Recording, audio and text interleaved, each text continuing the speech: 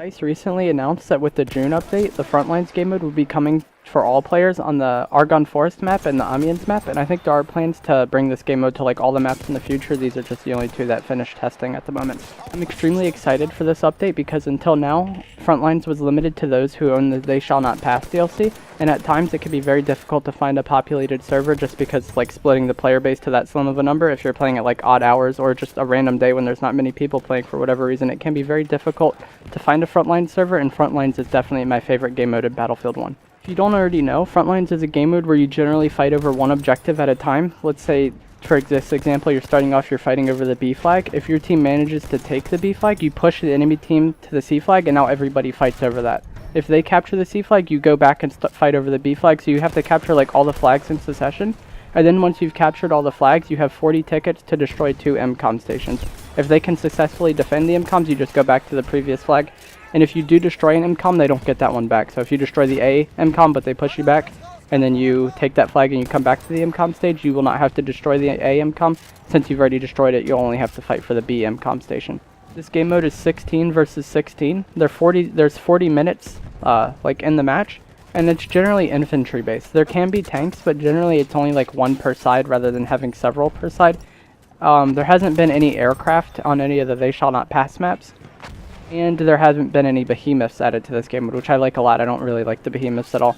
So, and I like the infantry-based, like, fast-paced gameplay. So I like this game mode a lot, not only for those, like, aspects to it, but because it is self-correcting. If it's a bad match and the teams are lopsided for whatever reason, in one direction or the other, the game mode will end very quickly, but if it's a good match, it can go on for, like, the full time limit very easily. So I really like that self-correcting aspect of the match just because it, like, guarantees that you're playing good games most of the time. If it's a bad game, it just ends rather quickly, but if it's a good game, where you spend most of your time. In Conquest, for example, even if it's a bad game, it can go on for very long just because of the nature of the game mode.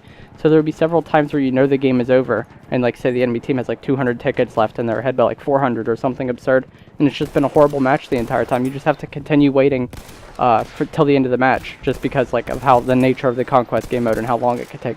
Similar thing for operations. If you just keep failing attacks or failing defenses, it can go on for a very long time. Whereas with this game mode, very self-correcting. If the teams are imbalanced, it'll end quickly. Not only is the player base a concern for the Frontlines game mode, but also there was only like 4 maps I think in the They Shall Not Pass DLC, so there was only 4 maps that we've been playing Frontlines on since like March I think, so it was getting very tiresome playing only those 4 maps if Frontlines was your favorite game mode. It does suck that it's only coming at 2 maps at the start, but obviously more maps will be added in the future, and hopefully they get that done like sooner rather than later. If we only get it like 1 map every month, it would take very long for us to get the full map pool.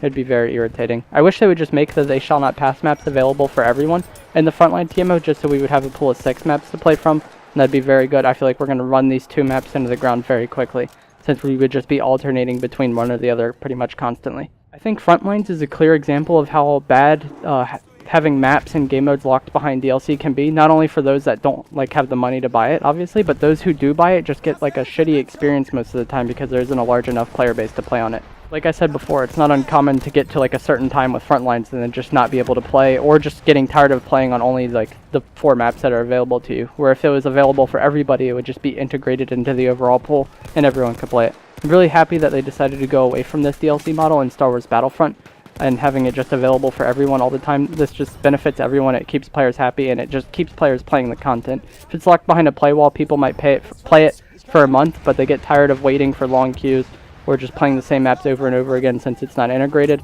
and then they just go back to playing only the core maps, and it's just really unfortunate. Titanfall 2 also went the free DLC model, and I'm surprised Battlefield 1 didn't go the free DLC model, since EA titles that came out around the same time and EA titles coming out in the future are going free DLC. I really hope Battlefield transitions to this model in the future. Another solution to this problem could just be to make the DLC free to everyone after like a certain period of time, but I feel like that would just make the experience really shitty for those people who buy it up front, because then like there would be less people likely to buy it if they know they're going to get it in a month or 2 anyway. So the initial experience would probably be very poor, and then it would eventually get integrated, when I just think doing free DLC is a better route to go, especially when most of these games have microtransactions built in. If you're going to have microtransactions, you might as well go with free DLC map packs and try to keep the community as engaged as possible. A lot of games have been going towards this free map pack route. I know Halo 5 did. I think Gears of War 4 may have, but I'm not 100% sure. I don't really follow that game.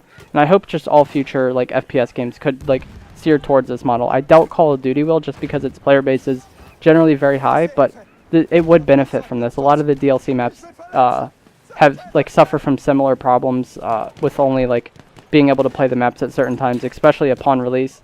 It generally takes a long time for them to integrate the maps into the overall pool, and at that point, many of the players wouldn't really even care about it at that from that point on. I think that's going to do it for this video. Please comment down below if you're excited for Frontlines, and comment down below what you think of this like industry change within the like multiplayer market. If you think that all DLC should be free just because it like the vast benefits it presents to those who buy it, those who don't buy it, and the game game creator themselves, it keeps the community engaged. And if they're going to try to sell things, it's definitely a good idea to keep the community engaged. Please like this video if you enjoyed it and subscribe for future content. Thanks for watching.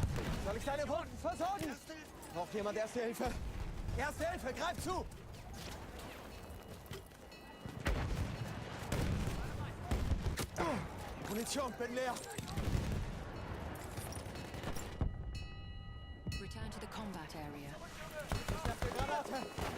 Soll ich dich wieder zusammenfinden?